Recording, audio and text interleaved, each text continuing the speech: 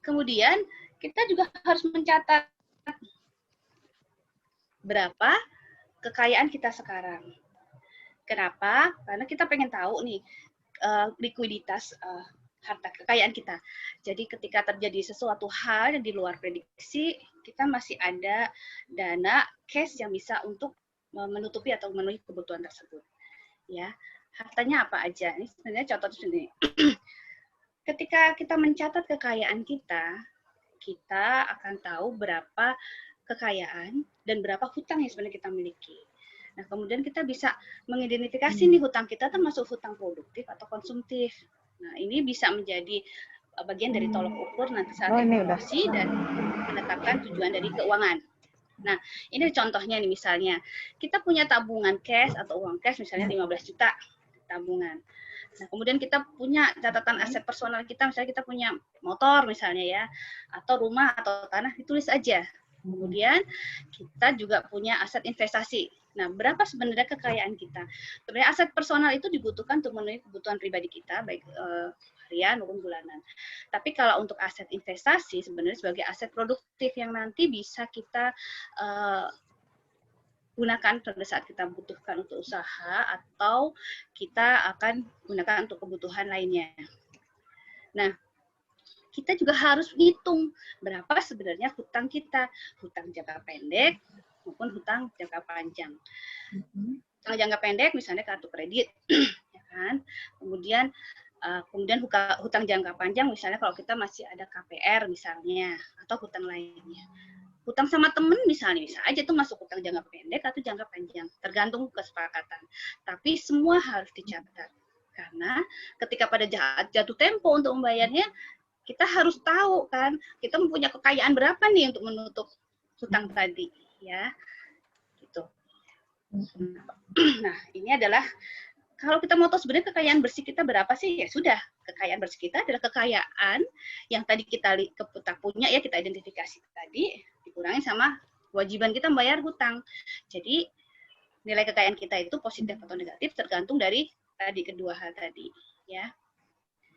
Nah, sebenarnya pada saat memprioritaskan mengelola keuangan yang harus kita pahami adalah pertama kita harus mengantisipasi risiko. Saat ini yang pasti adalah ketidakpastian. Banyak hal di luar kendali kita. Ya, seperti yang sekarang ini terjadi ya, Mbak Arum ya. Tiba-tiba aja majelek di awal tahun ini ya, pandemi. Berubah semua lah. Ya, awal tahun ini ada pandemi COVID. Aduh, berubah semua apa ya? Rencana-rencana udah langsung perencanaan bubar semua, harus di ini lagi, ya kan? Artinya kita yang biasa, ya, baik itu karyawan yang memang karyawan tetap maupun apalagi kita yang freelance, ya, apalagi ya UMKM itu semua berubah. Apalagi yang betul UMKM. Iya, berasa sekali. Ya, kemudian sementara kita harus menjaga kesinambungan hidup kan, gitu kan. Kita harus yang tadinya punya utang juga mau harus bayar hutang kan, gitu kan. Dan kemudian ini ada beberapa hal yang harus kita prioritaskan ketika mengelola keuangan. Kita harus mengantisipasi risiko dalam bentuk apa? Dalam bentuk dana cadangan atau dana darurat. Kemudian kita harus menjaga likuiditas, artinya kita harus punya aset yang itu bisa cepat kita cairkan ketika kita butuhkan. Ya, ini pentingnya menabung atau berinvestasi. Kemudian kita juga harus mulai reschedule utang kita, bisa utang kita banyak banget gitu kan. Makanya kemarin ketika awal-awal tahun tuh banyak banget yang minta di reschedule utangnya. Ya, karena kan kita harus mengelola dengan kondisi yang ada, ya kan.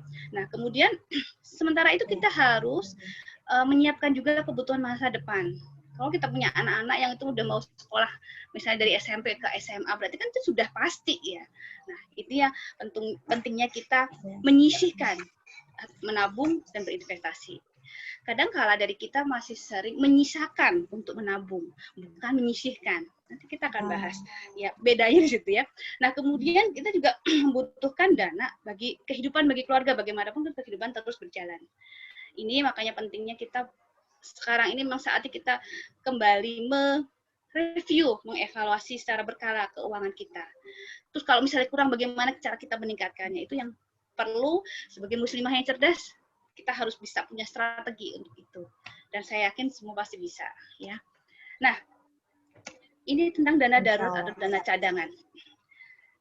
Ketika ada krisis keuangan, kemudian tiba-tiba banyak PHK, ya, suami kehilangan pekerjaan dan banyak sekali ya. Kemudian kasus pandemi ini yang seringkali di luar prediksi kita. Kita sudah hampir 6 bulan lebih ya dalam kondisi seperti ini, dan itu kita nggak tahu kapan berakhirnya. Inilah perlunya dana darurat atau dana cadangan. Mungkin kita merasakan bersama pada saat awal-awal tahun ini ya. Itu saya mencontohkan saya sendiri. Saya sebagai freelance trainer, kemudian freelance untuk EO training. Jadi sebenarnya kalau awal pendapat, setiap bulannya dulu dengan hanya 1 bulan, paling saya ngerjakan 2-3 kali training lah gitu ya. Itu bisa untuk cukupin sebulan plus saya nabung gitu ya. Ketika ada pandemi, blast, nggak ada satupun training yang secara offline terjadi kan. Artinya kita yang benar-benar akhirnya masih meraba-raba apa yang mau kita lakukan gitu ya. Akhirnya mau nggak mau yang kita pakai adalah dana cadangan atau dana darurat. Jadi ibaratnya kita mantap ya makan tabungan. Tapi kan itu nggak bisa seterusnya. Makan gitu tabungan. Kan? Iya. Nah, betul, nggak bisa lama-lama begitu. Betul. Begitu udah mulai mendekatkan, aduh harus mulai mencari apa yang bisa kita lakukan ya. Jadi ini adalah kegunaan dari dana darurat. Dana darurat adalah bentuk antisipasi terjadinya sebuah risiko yang tidak diharapkan. Nah, ini menjadi salah satu tujuan dari finansial dari setiap orang. Banyak kegunaan dana darurat yang mendesak, tapi bisa mendanai ya, bisa mendanai keperluan yang mendesak, tapi belum dianggarkan. Jadi misalnya tahu-tahu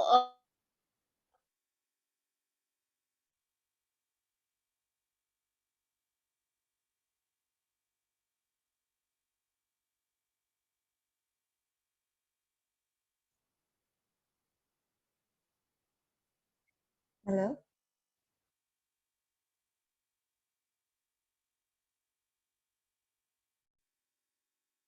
Sinyal saya ya, tiba-tiba hilang suaranya Bunda Dia. Iya, udah hilang ya, Bu. Suaranya hilang baru. Hilang ya? Iya. Makanya aku pikir, iya. Saya pikir hanya saya. Oh, koneksinya kayaknya terputus. Silakan. Terputus ya, Bunda. Iya. Iya. Bentar, ini berarti saya share lagi ya, Mbak Arum. Bentar. Maaf nih. Iya, boleh. Iya. Ya, ini ya. Ini dana darurat. Nah, dana darurat itu berdasarkan besaran uang tunai atau setara dengan uang tunai yang dapat diambil setiap saat dalam kondisi darurat dengan nilai yang tidak menurun. Jadi kita harapkan nilainya selalu bisa naik. Misalnya apakah kita punya cash dalam bentuk tabungan misalnya ya. Kemudian kita dalam bentuk deposito jangka pendek misalnya. Kemudian kita misalnya investasi dalam bentuk reksadana di pasar uang, atau kita punya investasi dalam bentuk emas, atau bisa juga seperti dinar gitu ya. Jadi banyak sekali macamnya, seperti apa bentuk dari dana darurat itu. Yang penting pada saat kita membutuhkan, dia bisa cepat kita cairkan. Nah, bentar. Enggak jalan. Sebentar. Nah, sebagai patokan, besarnya dana darurat yang ideal, ini idealnya adalah 3-6 bulan dari pengeluaran bulanan. Jadi kalau misalnya pengeluaran bulanan kita 5 juta, paling enggak kita 15 juta untuk kebutuhan dana darurat. Itu minimal. Bisa karena secara logika ketika kita ada 1 atau 2 hal tadi ya, yang apakah di PHK segala macam, memang 3 bulan itu sangat minimal sekali ya. Kan bulan pertama mau nggak harus dipakai, dikeluarin.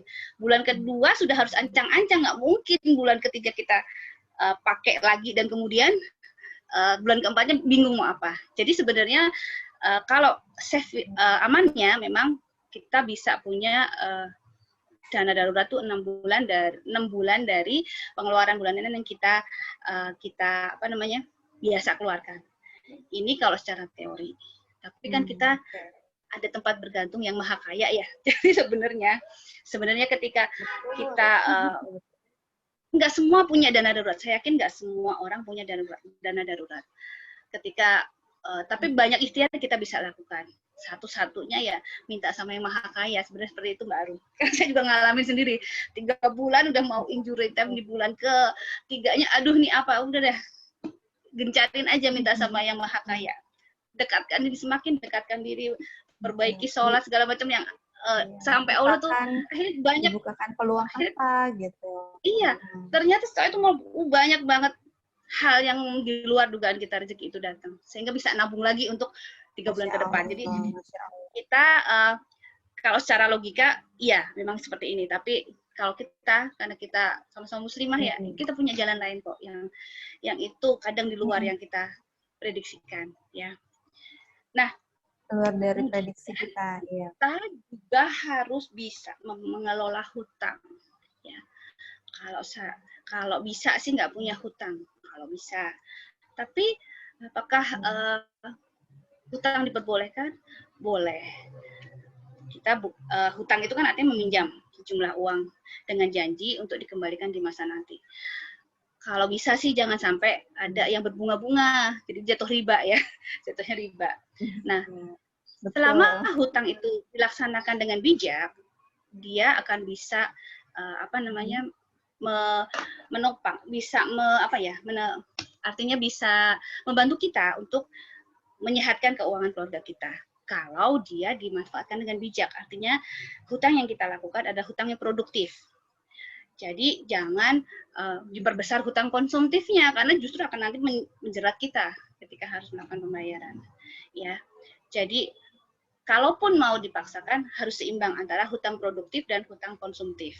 Ya, hutang produktif dalam kondisi yang sekarang ini memang kadang banyak yang melakukan hutang tapi sifatnya konsumtif karena gaya hidup ya, kadang seperti itu. Kemudahan untuk mendapatkan kartu kredit misalnya itu jadi salah satu faktor.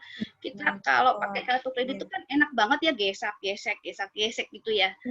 Tapi pada saat membayar itu yang bikin ya udah kita cicil sedikit dulu, karena semakin kita mencicilnya sedikit-sedikit itu akan semakin menjerat kita karena kan bunga berbunga. Nah, itu harus benar-benar sebisa mungkin dihindarkan. Kalau saya sendiri sih alhamdulillah saya udah pakai kartu kredit udah saya potongin semua udah sejak berapa tahun yang lalu gitu. Alhamdulillah. Artinya udah dikuntingin iya Mbak ya, karena ya? betul, karena dulu gesek akhirnya saya dikejar debt collector, ya kan.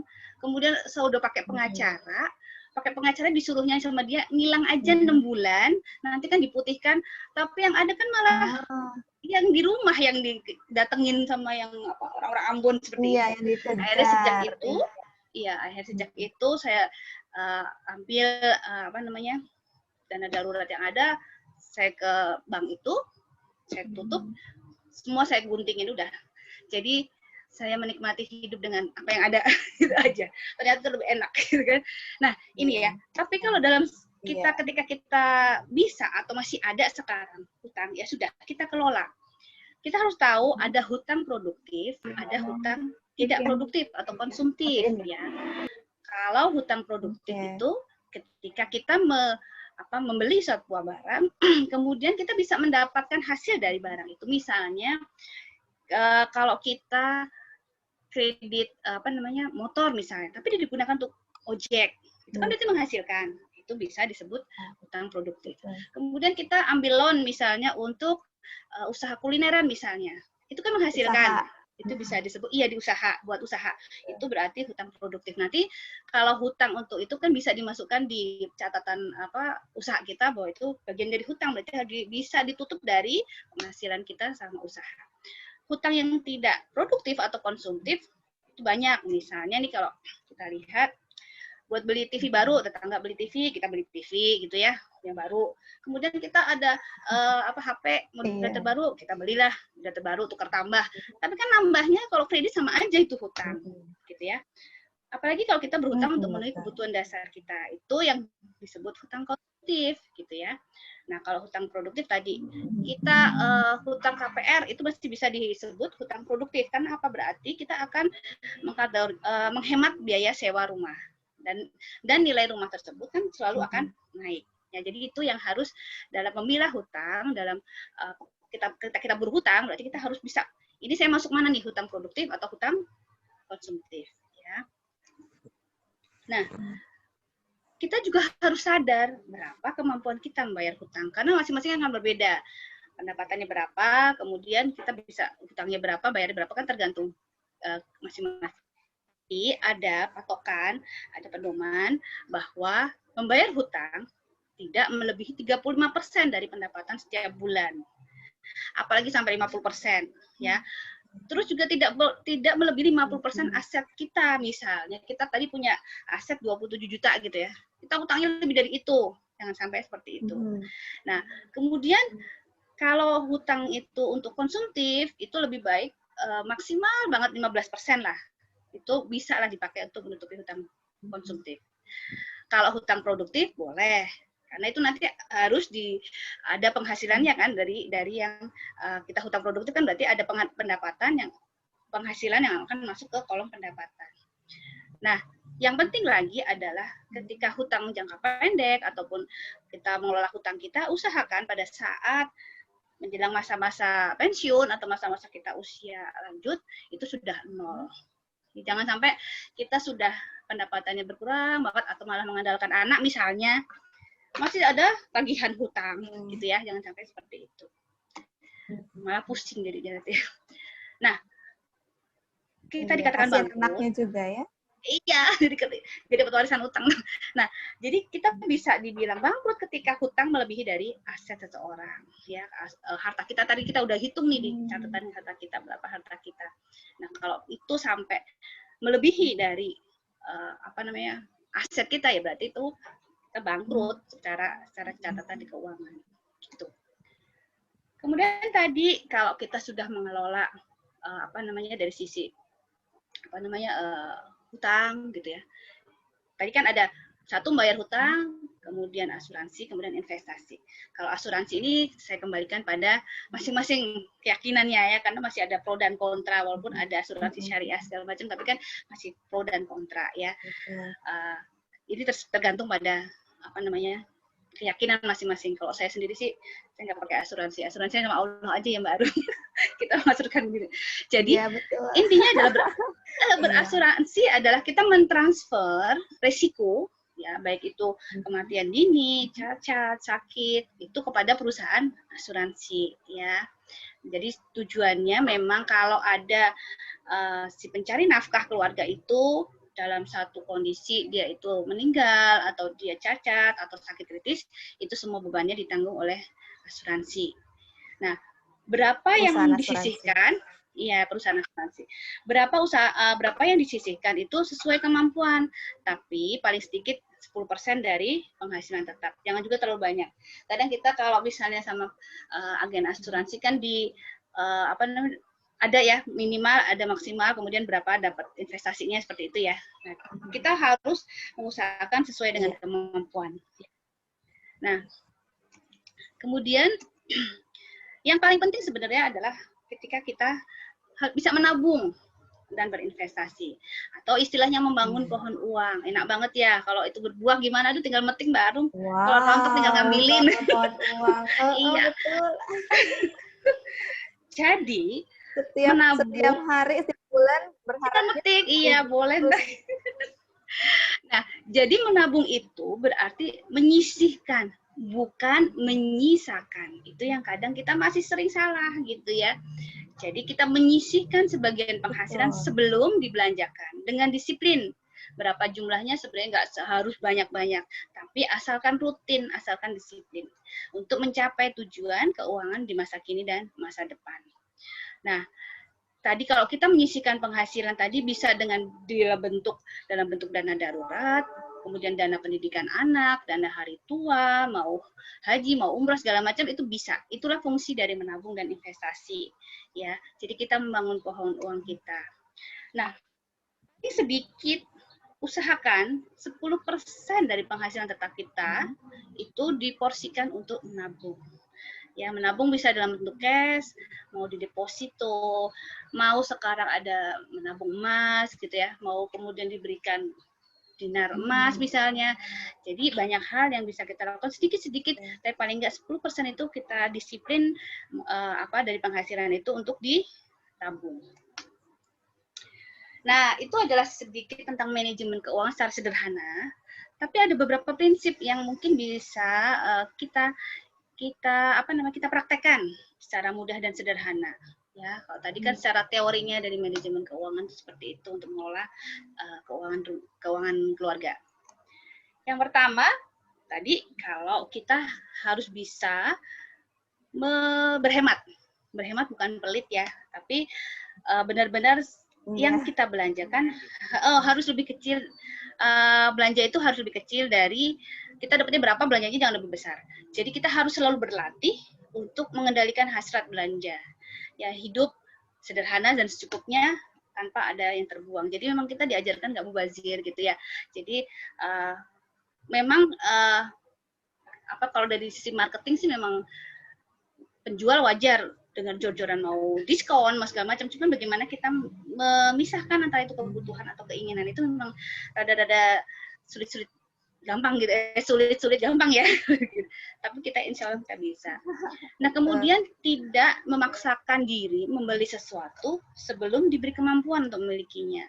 Jadi ini adalah salah satu cara untuk kita menghindari hutang. Ini bisa juga sebenarnya kita terapkan bukan hanya buat kita, tapi buat anak-anak kita.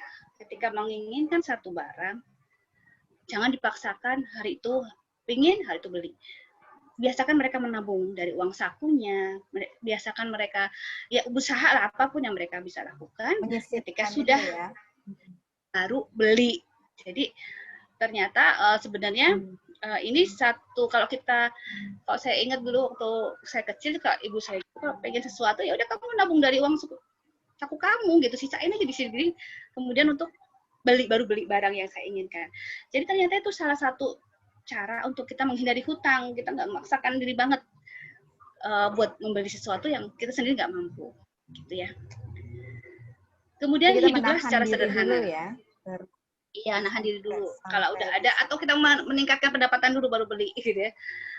Kemudian hiduplah secara sederhana. Ketika hidup sederhana adalah hidup sesuai kebutuhan. Ya, yang kita butuhkan itu ya sudah itu ya.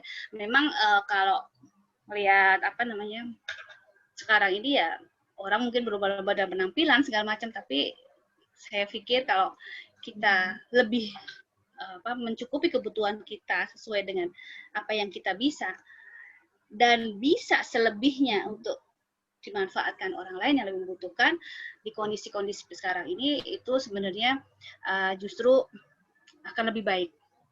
Karena kita yakin saja bahwa pola rezeki itu sebenarnya ketika kita lebih banyak memberi, maka Allah akan juga lebih banyak memberi ke kita.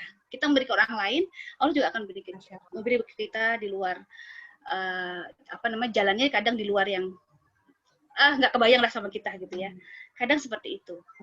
Jadi ya kita memang kalau di kondisi yang sekarang ini harus lebih banyak bertahun ya berbagi ya. Karena ternyata banyak di luar yang tidak seberuntung kita. Itulah pentingnya kita biar kita hidup sederhana, kita nggak usah terlalu hedon ya terlalu ini apa yang ada, tapi kita bisa lebih banyak memanfaatkan harta kita untuk orang lain yang butuhkan. Nah, atur budget dengan sederhana. Jadi coba aturlah, pisahkan anggaran ke dalam beberapa contoh. Ini contoh sebenarnya contoh orang-orang yang diberikan contoh sama orang-orang tua kita dahulu ya. Ketika memisahkan biaya-biaya itu ke dalam beberapa amplop ya, untuk kebutuhan bulanan ini buat sekolah, buat makan ya, kemudian iya kan? Ya kan, kemudian tersendiri ya. Pos-poskan. Kalau sekarang udah zaman modern gini nggak pakai amplop, ada dompet disiplin. Pernah lihat nggak dompet disiplin? Jadi dompet itu kita dibuka, isinya lembaran-lembaran plastik gitu ya. Nanti ada tanggalnya. Dan untuk apa? Jadi itu ada gitu. Jadi saya lihat ada juga. Iya, jadi ini model barunya. Kalau dulu pakai amplop ditulisin ini untuk apa, kalau sekarang pakai dompet. Jadi misalnya tanggal 1 untuk kebutuhan apa sampai 30 hari. itu udah bagus dan sederhana bisa kita lakukan. Tapi Sebulan tetap, iya, jadi dompet itu dalam sebulan 1 sampai 30 isinya 30 lembar plastiknya, Mbak. Nah, di masing-masing itu udah di atas tulisan tanggal. luar Jadi itu biasa. nanti dimasukkan terus untuk keperluan apa. Jadi itu ini lebih modernnya dari amplop gitu ya. Nah, tapi tetap kita harus catat. Itu kan secara ininya ya untuk kita bisa artinya uang yang kita dapatkan langsung dimasukkan, karena kadang kalau uang itu ada di ATM, kita nggak sengaja gitu langsung beli apa gesek kan nggak mungkin kita ngeprint ya. Tapi kalau dengan misalkan anggaran dalam beberapa amplop untuk kebutuhan setiap bulan, atau tadi ya dompet disiplin tadi, kelihatan gitu loh uang itu bersisanya berapa, kemudian memang sudah diplotkan. Tapi tetap untuk pencatatan pemasukan dan pengeluaran keuangan secara sederhana tadi harus kita lakukan. Jadi kita bisa di akhir bulan bisa, oh iya ini bisa kita potong kok, yang ini kita pangkas gitu kan. Kalau mau modern lagi misalnya malas nyatet, udah ada aplikasinya. Jadi nanti download aja Mbak Arum, itu ada kok mengelola keuangan keluarga segala macam itu udah ada. Jadi tinggal nginput aja. Kalau misalnya malas nyatet misalnya, udah ada. Jadi itu di App Store gitu. Ada jadi pengelolaan keuangan itu ada. Jadi nanti kita tinggal lihat kita dapat apa, pemasukan berapa, itu sebenarnya kan bisa juga untuk UMKM, tapi untuk pengelolaan keuangan keluarga bisa juga. Ya. Nah, kemudian ini tadi, jadikan pos pengeluaran yang pertama tadi ya, selain hutang, kemudian selain ada asuransi misalnya, dan kemudian yang ketiga adalah tabungan. Yang terpenting adalah keteraturan menabung, berapapun jumlahnya. Nah, kita harus bisa merubah pola dan kebiasaan. Kalau dulu misalnya kita lebih belanja baru sisanya buat menabung, tapi usahakan sekarang menabung baru belanja. Ini perbedaannya adalah belanja disisain nanti buat nabung. Tapi kalau ini menyisihkan menyisihkan uang untuk sekarang harus gitu. Nabung dulu, sisanya buat belanja, kebutuhan keluarga atau apa. Jadi dibalik dulu nih pola kita ya, disisihkan bukan disisakan, intinya itu. Nah, tadi kalau kita berhubungan dengan mengelola hutang, berarti bayarlah tagihan sesegera mungkin setelah tagihan diterima ya. Nah, yang ketujuh memang harus ada kesepakatan antara suami dan istri.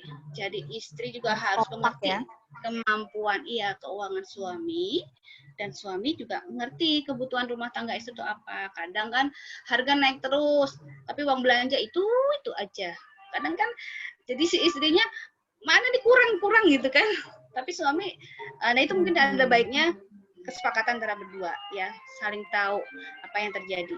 Sehingga nanti bisa, kalau misalnya ternyata keuangannya itu defisit, berarti apa yang bisa dilakukan. Itu juga berdasarkan kesepakatan antara suami istri. Nah, ini adalah sesi terakhir, bagian terakhir dari kesimpulan. Jadi walaupun penghasilan kita tidak berlebih, tapi manajemen keuangan rumah tangga kan membuat kita, satu, kita lebih bersyukur.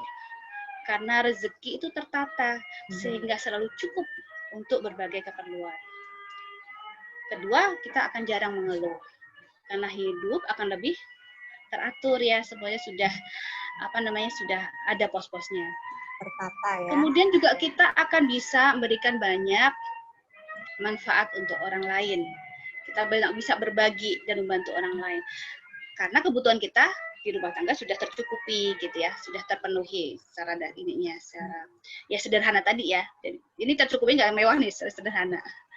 Nah, kita juga bisa berpikir dengan lebih jernih karena kita sudah mampu untuk membedakan antara ini keinginan atau kebutuhan ya.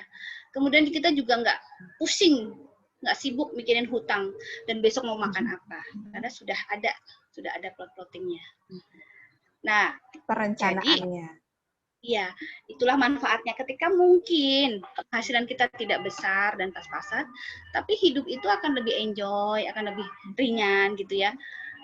Dan kalau kita belum terbiasa, kita bisa mulai kok dari sekarang ya. Intinya sebenarnya kita berusaha apa yang sudah Allah beri itu kita bisa syukuri. Dan kalau kita masih selalu merasa kekurangan, sebenarnya kita harus mencoba mengelola keuangan kita mulai dari sekarang. cukupkan diri dengan apa yang ada di tangan kita. Itu akan lebih menjaga kehormatan diri kita, dari keluarga kita, dan tidak bergantung pada makhluk. Jadi nggak sibuk nyari siapa yang harus saya utangi, siapa saya harus minta pinjam. Karena ada, saya nggak bilang banyak, tapi ada beberapa yang setiap saat udah jam tanggal segini, tanggal tua udah mulai, aduh, aku harus pinjam siapa nih? Jangan sampai seperti itu gitu ya. Jadi cukupkan dengan apa yang ada. Dan sebagai muslimah yang cerdas dan kita diberikan banyak potensi sama Allah, sebenarnya maksimalkan potensi diri kita untuk meningkatkan pendapatan keluarga. Baik suami kita punya penghasilan tetap, suami kita saat ini misalnya lagi di PHK misalnya, atau lagi nggak ada pekerjaan, atau usahanya lagi turun, saatnya muslimah yang berdaya ya Mbak Aruga. Jadi saatnya kita yang harus mengupayakan apa yang bisa kita lakukan. Mungkin itu yang bisa saya sharing nih Mbak Arum. Kita bareng-bareng berbagi, kita berbagi pengalaman aja bagaimana kita mengelola. Jadi saya bukan yang paling tahu, karena semua juga pasti punya pengalaman yang unik yang di luar ini kita ketika kita mengelola gitu. Itu aja yang bisa saya sampaikan. Terima kasih atas perhatiannya. Baik, saya kembali ke Mbak Arum. Udah, Masya Allah. Alhamdulillah, jazakillah Bunda Dia. Ini sudah ada banyak pertanyaan nih. Kita sesi tanya jawab dan diskusi. Boleh ya Bunda ya? Boleh. Pertanyaan yang pertama itu dari Bu Mariani. Kalau sudah terlanjur ada sisa-sisa riba yang harus dibayar itu, gimana cara ngaturnya Bunda? Karena Bu Mariani masih ada cicil sisa pokok dari riba. Itu gimana cara mengatur? Iya. Kalau saya waktu itu ya Bu, kita punya apa? Kita punya harta apa? Kita punya barang apa yang kita bisa jual untuk menutupi pokok ribanya. Kalau saya mendingan waktu itu saya benar-benar saya punya jual aset saya. Karena kita akan terus memang butuh pengorbanan ya. Jadi misalnya kita punya perhiasan atau kita punya apa ya sudah itu dijual aja. Insya Allah nanti akan ada gantinya. Yang penting kita udah lepas dulu dari riba. Memang agak susah ya untuk melepaskan diri karena kadang kita sayang. Tapi apapun yang kita punya, harta yang kita punya, misalnya mendingan udah jual, tutup, selesai. Karena kalau kita nyicil lagi sama terus sejirat. Akhirnya kan itu. Jadi kalau saya pengalaman pribadi saya seperti itu Bu, gitu ya. Sudah dijualin semua Mbak, nggak ada yang bisa aset. Masih banyak Bu. Udah nggak ada. Iya. Yang sertifikat orang tua aja itu saya nggak bisa ngejualnya karena memang niat saya mau saya tebus ya itu saya cicil pokoknya aja. Saya cicil masih 1 juta 1 bulan, masih ada 60 jutaan lagi. Wah, lumayan juga ya. Dan tidak ada lagi. Bu, udah dekatkan diri sama Allah, Bu. Mintanya sama Yang Maha Kuasa. Kalau udah, artinya sebuah jalan sudah, artinya kita aset udah nggak ada. Tapi kita udah ikhtiar, udah maksimal. Ya sudah, kalau saya tambah dekatan sama Allah. Insya Allah Bu yakin deh, mesti ada jalan keluar yang enggak kita duga. Karena kadang disitulah kekuatan kita adalah keyakinan kita sama Allah aja Bu. Kalau saya waktu itu jadi ketika mentok banget udah nggak ada lagi, sementara kebutuhan banyak, saya kembali bahwa ada yang harus saya perbaiki. Sholat saya perbaiki, kemudian semua amalan saya perbaiki. Dan setelah itu ada aja ya yang orang mau bantu lah, yang apalah, dan itu bisa menutupi semuanya. Tapi yang penting kalau udah aset nggak ada ya Bu, berarti kan kita udah nggak punya apa-apa nih, gitu kan? Ya sudah, paling nggak. Sebenarnya untuk hari-hari aja sih, alhamdulillah masih ada. Iya betul. Insya Allah Bu, coba deh Bu, karena rezeki itu, pola rezeki itu ya kadang kita hanya bisa minta sama yang punyanya. Iya. Gitu Bu. Kalau misalnya kita udah deket itu kan tanpa kita minta pun Allah akan kasih, dan itu kadang di luar logika kita benar. Ya sih alhamdulillah semenjak udah hijrah riba ya alhamdulillah ada aja sih rezekinya, alhamdulillah. Insya Allah. Kita bantu doa Ibu semoga lebih cepat bisa keluar dari ini ya Bu ya. Lagi. Amin, insya Allah. Kita saling menguatkan, saling mendoakan ya yang semua di sini. Karena mesti kita punya masalah juga dalam hal keuangan Betul kita. sekali. Terima kasih doanya ya, Mbak. Betul sekali. Masya Allah, Mam. Insya Allah. Iya, Mami Yani yang kuat ya. Insya Allah kita semua mensupport Mami Yani, terutama muslimah berdaya ini, insya Allah. Ini ada pertanyaan dari Ummu Umair. Pentingkah mengetahui seluruh pendapatan suami? Iya, gimana Ayo, tuh ya? penting nggak? Ayo. Malah bahkan ada yang bilang uang suami adalah uang istri juga, tapi uang istri itu ya udah uang istri gitu, bukan Iya berarti kan uang emang. suami. Itu benar nggak ya, Bun, itunya? Benar. Oh. Benar lah. Sebenarnya kan emang pendapatan suami sebenarnya ya itu balik lagi pada kesepakatan awal Ummu Umair ya. Ketika sebenarnya ya memang harus diobrolin dari hati ke hati ya. Tapi kalau pentingkah mengetahui seluruh pendapatan suami, menurut saya kok penting ya. Kenapa? Jadi kita yakin gitu, bahwa apa yang dibawa pulang ke rumah tuh ini ya berkah gitu. Ibaratnya kan kita harus sumbernya jelas dari mana gitu ya, Bun ya. Iya, kalau menurut saya gitu ya, kalau menurut saya. Gitu. Tapi ya dijawabnya katanya kan nggak wajib ngasih tahu kok gitu, yang penting tanggung jawab. Tapi kan kadang saya punya rencana anak 3 gitu, masa nggak tahu gitu. Ya, itu berarti caranya. Kadang kan kita cara ingin berkomunikasi ya orang, antar tapi kita suami nggak bisa istri. berubah secara real ya Mbak Arum ya. Kalau yang kita pelajarin kadang di NLP atau kan kita bisa kok ada caranya ketika kita ingin merubah seseorang, gitu yang kita cintai ya, menjadi lebih baik lagi itu, tapi dengan nggak frontal seperti ada Bu. Jadi memang itu ya pelan-pelan ya, harus ada triknya dah.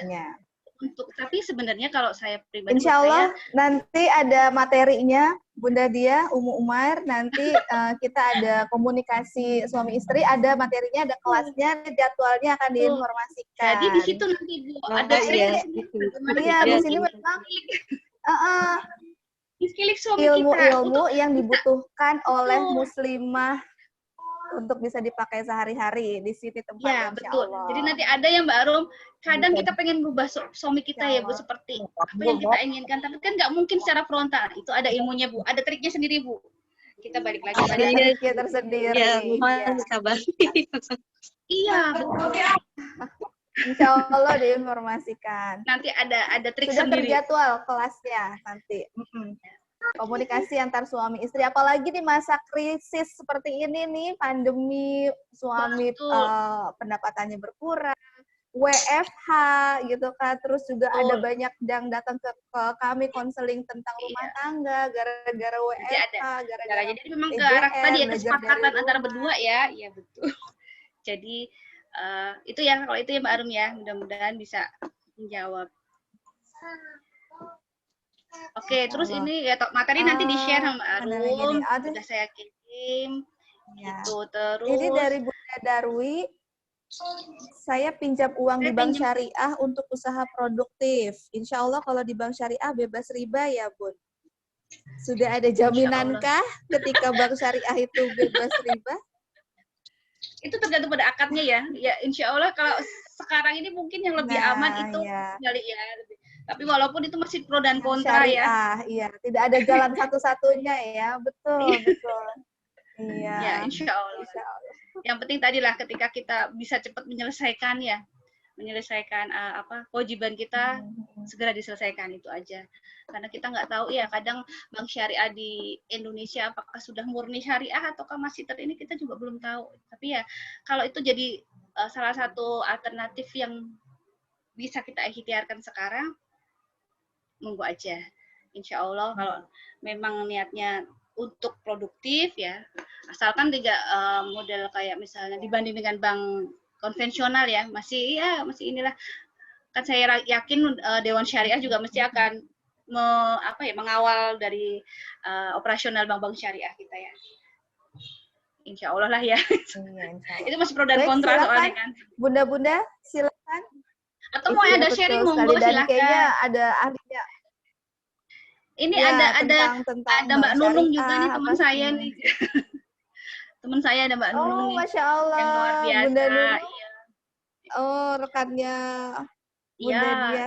Bunda Nunung ada ingin mau di-sharingkan kepada kita nih? Silakan Iya, berbagi terima ilmu dengan kasih. kami. Terima kasih atas kesempatannya. Bu Dia, terima kasih ilmunya. Iya, sama-sama baru lupa kabar. Masya Allah. Biasanya dia jadi mitra saya Mbak Arum untuk trainer, tapi di bidang keperawatan. Masya Allah. Nah, Wow, saya boleh ini Masya bahwa beliau Allah, tuh Masya Allah. sangat kuat ya. Jadi dalam walaupun sudah jadi punya pegawai tetap gitu ya, tapi demi anak-anaknya ya tetap melakukan banyak hal dan hak di luar. Jadi itu salah satu usaha kita ya. Masya sebagai Allah. muslim. Bagaimana Bunda Nunung? Ya, memang Pandemi ini berdampak di keuangan keluarga kah? sangat berdampak. Alhamdulillahnya Masya kita yakin Allah. bahwa pertolongan Allah itu dekat. Kita yakinkan aja, tetap kita harus istiqomah. Dengan adanya pandemi ini kita bisa mengambil hikmah di balik itu semua. Dan alhamdulillah walaupun ini saya Allah itu selalu kalau kata Budiah pas butuh pas ada gitu. Jadi itu yang saya rasakan tuh, pas ada pas butuh gitu. Jadi tidak usah berlebih, yang penting pas kita butuh ada gitu. Ada. Ya memang salah satunya kita harus manajemen yang seperti tadi diutarakan Budiah ya Bu. Kita sebagai perempuan harus menjadi wanita yang tangguh, kuat, manage pinter gitu. Tapi jangan lupa juga yakin bahwa pertolongan Allah itu dekat dengan kita. Dan hanya Allah yang menolong kita. Hasbunallah wa ni'mal wakil itu betul-betul bisa diterapkan dalam aplikasi kehidupan sehari-hari kita. Dan ya, alhamdulillah Iya, alhamdulillah. Saya sedikit sharing ya. Ini pengalaman pribadi benar gitu ya, pengalaman pribadi. Ketika waktu itu saya sempat 7 tahun single parent. Saya ambil kuliah, kemudian saya ada 3 anak yang masih sama-sama sekolah, satu di Jogja, di Mualimin Jogja, satu di Bandung di Asia Boarding School, dan yang kecil sama saya. Kenapa sengaja saya taruh anak saya di boarding school waktu itu tujuannya biar mereka ada yang jagain gitu kalau semua di rumah, dan saya bisa fokus untuk mencari nafkah untuk menghidupi atau mencukupi kebutuhan anak-anak. Bisa dibayangkan saya kerja di satu rumah sakit dengan gaji itu, sementara saya harus mikir banyak gitu. Dan saya mengambil keputusan untuk kuliah gitu ya, kuliah S2. Nah, pada saat beberapa kondisi ketika di rumah sakit tersebut terjadi huru-hara gitu ya, itu yang dari saya posisi manajerial saya di-grounded jadi karyawan biasa. Otomatis separuh dari pendapatan saya tuh hilang gitu ya. Nah, sementara kebutuhan saya banyak.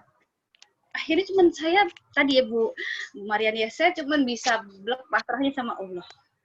Jadi yang saya lakukan, waktu itu saya cerita sama Mbak Arum bahwa ketika saya di-grounded dari posisi manajer ke pelaksana dan itu disuruh di bagian kasir, itu kan jauh banget ya.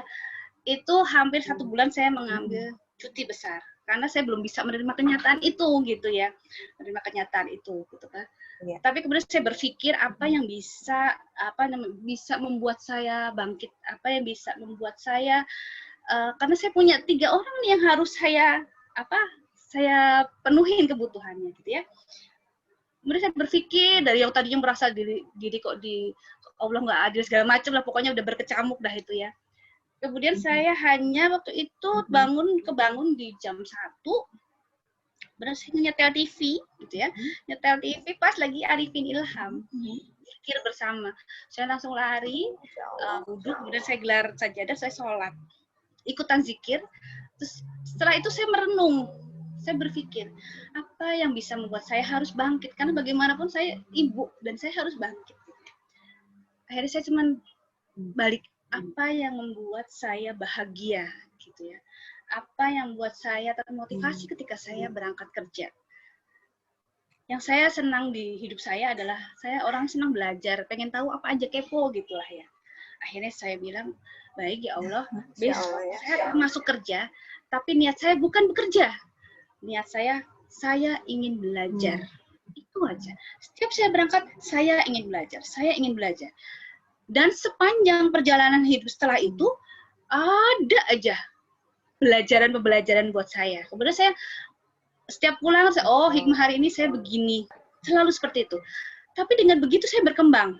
Baru kemudian saya dapat peluang untuk bisa menjadi pemegang proyek dari Global Fund di tingkat DKI. Kemudian saya dapat lagi dipercaya untuk jadi konsultan.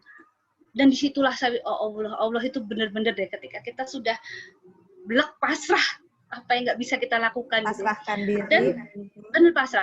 Kemudian ketika saya kepepet banget, nggak punya apa-apa, tapi pas butuh, saya cuman memperbaiki sholat saya, komunikasi saya sama Allah. Kemudian saya sholat duha itu saya sempatkan, nggak cuman 2, nggak cuman 4, nggak cuman 6, saya 12 full saya lakukan. Benar-benar saya total. Dan ya Allah, benar-benar Masya Allah, benar-benar. Ketika 12 rakaat, kemudian saya lipat sajadah itu selalu ada langsung bunyi di HP saya gitu. Nah itu, dia bisa nggak ini, bisa nggak ini. Saya sampai, ya Allah, ini kayaknya udah benar-benar paten, ya Allah, itu benar-benar cash. Memberikannya kok cash gitu. Dan itu luar prediksi. Dan hidup saya setelah itu spontan. Langsung ya. Dan itu nggak yang perlu saya nunggu lakukan. waktu lama. Iya, betul. Jadi ketika ya sebenarnya ini juga sih rada-rada kalau misalnya sibuk ya paling minimal 6 gitu ya, minimal 6 tuh saya cuma minta Allah bisa mencukupkan saya dan keluarga saya di hari itu. Tapi ketika waktu saya longgar, saya benar-benar saya pasrahkan diri saya fokuskan waktu saya hanya untuk bahwa saya tuh mengharapkan kasihnya Allah gitu sama saya. Jadi itu benar-benar itu sebenarnya saya dapat waktu nggak sengaja juga karena suka baca, kepo aja gitu. Saya pas di di TikTok tuh Mbak Arum. Pas lagi sholat di madingnya ada keajaiban duha gitu kan. Saya baca, praktekin kali ya gitu kan. Dan ternyata jadi salah satu kunci gitu. Itu banyak banget lah. Intinya jangan takut selama kita masih berpegang sama Allah dan jangan bergantung pada makhluknya, rezeki Allah tuh sangat luas. Betul. Gitu.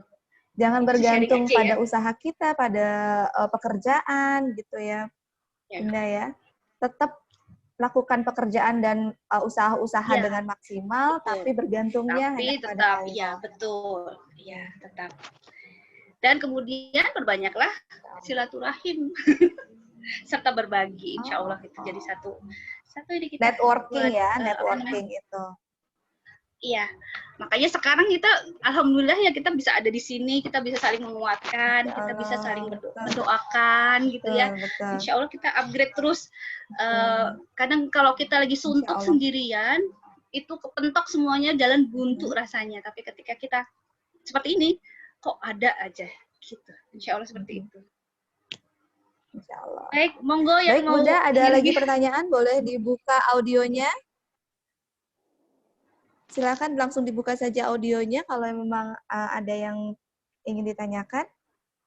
Di kolom chat sih tidak ada ya, sudah tidak ada lagi. Nanti insya Allah materinya boleh di-share ya, Bunda Diah ya? Oh silakan. Tadi yang itu aja Mbak Arum, mau di-share di sini atau nanti gimana? saya share di grup. Kita ada grup tersendiri Muslimah Empowerment Class. Jadi biasanya kita recording, kita kirim ke situ, terus juga materi juga kita kirim ke situ. Jadi buat bunda-bunda yang belum ada di grup Muslimah Empowerment Class, boleh nanti menghubungi ke nomornya Ibu Latia Ulfa. Boleh ditulis nomor Ibu, Bu Ati, di kolom chat, diketik. Atau disebutkan, boleh Ibu? Bu Ati masih monitorkah? Berapa nomornya Bu Ati ya? Ya, jadi Bunda Dia di sini nanti kita materi-materinya memang yang dibutuhkan oleh muslimah. Salah satunya ya ini, manajemen keuangan. Karena walau bagaimanapun, pandemi ini berdampak ke semua aspek kehidupan, terutama perekonomian keluarga. Dan banyak juga permasalahan yang terjadi di dalam rumah tangga itu penyebabnya adalah berawal dari ini perekonomian masalah ekonomi. Betul. Awal dari ini. Betul, ketika Banyak seorang kasus. muslimah atau ibu rumah tangga, muslimah di rumah itu satu terbebani dengan bagaimana memanage uang yang berkurang pendapatannya dari suami atau usahanya gitu. Ditambah lagi dia harus berperan sebagai guru di rumah untuk anak-anaknya juga, itu Masya Allah banget. Nah ini kondisi inilah yang jadi ide kita, Muslimah Empowerment Class, untuk membantu para muslimah ini supaya lebih berdaya, terutama ketika masa pandemi, dan insya Allah ilmunya akan pakai terus nanti sampai setelah pandemi gitu, Bunda Dia. Masya Allah.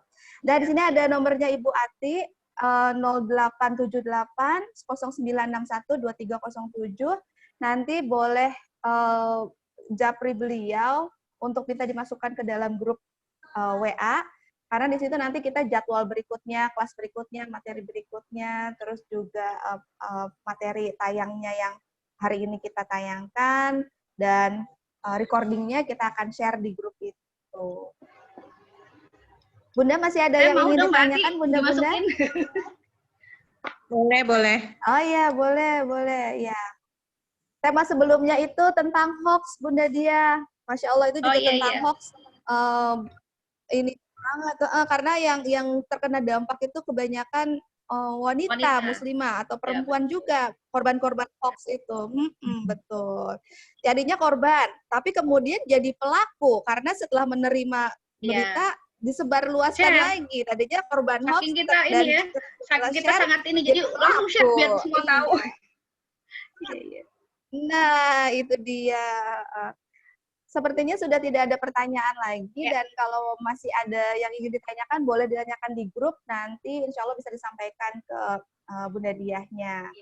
Closing statement dari Bunda Diah untuk muslimah yang sedang menghadapi, harus lebih kuat dari sebelumnya ini, karena masanya masa krisis, boleh dibilang ya, tapi kita tidak boleh pesimis, harus tetap positif dan optimis. Silakan Bunda Diah, closing statement-nya. Intinya Allah tuh memberikan kita banyak potensi, apalagi sebagai wanita ya. Dengan banyak kelebihan kita, jangan ada kata tidak bisa, jangan ada kata menyerah, karena sebenarnya sebagai ibu, kemudian sebagai wanita, banyak banyak hal yang kita bisa lakukan, baik untuk keluarga kita maupun untuk sesama. Berbuatlah terus, jadi wanita muslimah yang bermanfaat, kita bersama bergandengan tangan untuk bisa menjadi berdaya. Mungkin itu Mbak Arum. Masya Allah. Sangat memotivasi sekali kita. Iya. Baik, Bunda-Bunda, jazakillah Bunda Diah atas sharing yang disampaikan. Insya Allah jadi ilmu yang bermanfaat sekali dan bisa kita praktekkan di kehidupan kita sehari-hari. Dan jazakumullah khairan katsira untuk semua Bunda yang sudah menyempatkan hadir, bukan menyempatkan sih, meluangkan ya, mengalokasikan khusus waktu untuk menyimak, meluangkan waktu atau menyediakan waktu khusus untuk upgrade diri kita. Insya Allah Muslimah Empowerment Class hadir untuk mengajak semua muslimah naik kelas. Baik, kita akhiri dengan membaca hamdalah. Alhamdulillahirabbil alamin, dan doa kafaratul majlis. Subhanakallahumma wa bihamdika asyhadu an la ilaha illa anta astaghfiruka wa atubu ilaik. Assalamualaikum warahmatullahi wabarakatuh. Waalaikumsalam warahmatullahi wabarakatuh. Terima kasih semuanya. Sampai ketemu di WA group ya, insyaallah. Terima kasih. Nanti Bu Ati akan masukkan Bunda Dia ya ke grupnya. Nanti di itu Mbak, biar bantu share lagi deh. Kita mulai dari sekarang kita share lagi. Oh iya. Oke, siap. Bismillah. Ada kemajuan sih, kemarin yang pertemuan pertama itu 14. Tadi aku lihat ada 18. 16. Udah 18. Ya. Boleh. Nanti kita 18 tadi sampai 18. Karena kan mungkin sinyal ya, kalau Zoom kan sinyal kadang suka up and down gitu. Nanti kita banyak Kak Dia, mudah-mudahan Pak Haji sehat-sehat terus. Ya, sama-sama Mbak Arum. Iya, betul. Iya. Ya, assalamualaikum. Salam Aku minum, N ya ya. Allah. Ya, ya, yuk, aku keluar Ya ya. Allah, salah minum. Oh, ya Allah, iya. Ceritanya